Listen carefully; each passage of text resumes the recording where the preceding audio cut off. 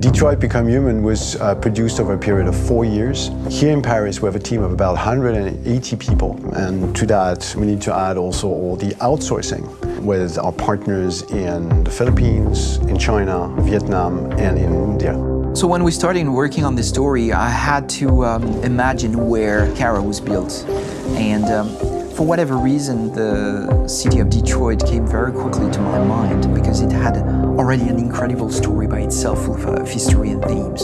So we traveled there with the team and we were really moved by what we saw, and we could really feel the desire to fight and really be born again. And we just continued this curve, this growth, and just imagine what Detroit would be like if the Android industry was, using these huge factories to build androids there. A very strong element in Detroit is that there's a lot of industrial wasteland and a lot of nature too, and for us, the graphic designers, it was an incredible playground. The destroyed zones which we wanted to preserve, we appropriated them to turn into something else. Then in the areas that needed to be rebuilt, we were able to imagine our Detroit of the future.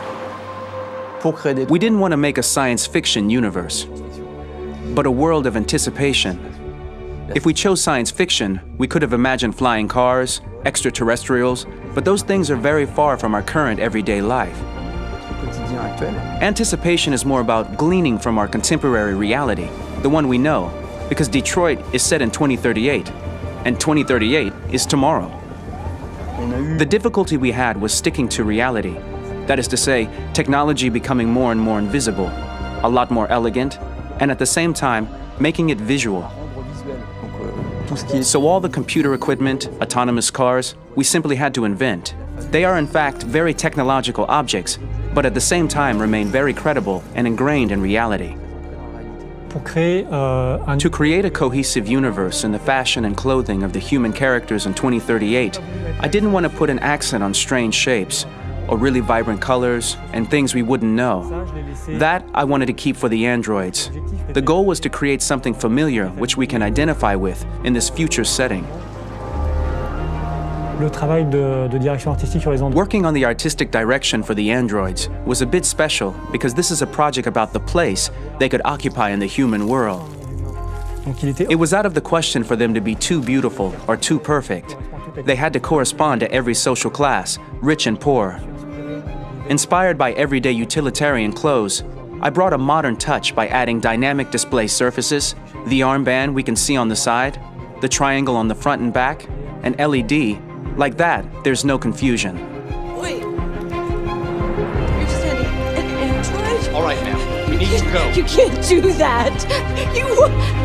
Why aren't you sending a real person? Once we cast the actors, we travel to meet them in order to scan their faces. We record the structure of their face with the scan, and we record the colors and patches of skin with photography.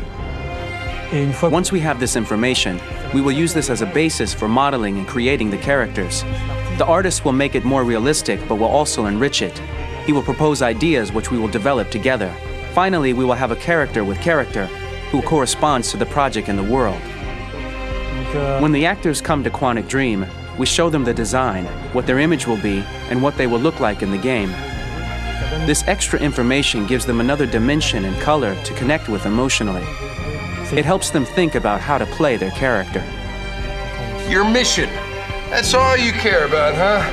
You should consult a professional who can help you. Beat it, you hear me? Get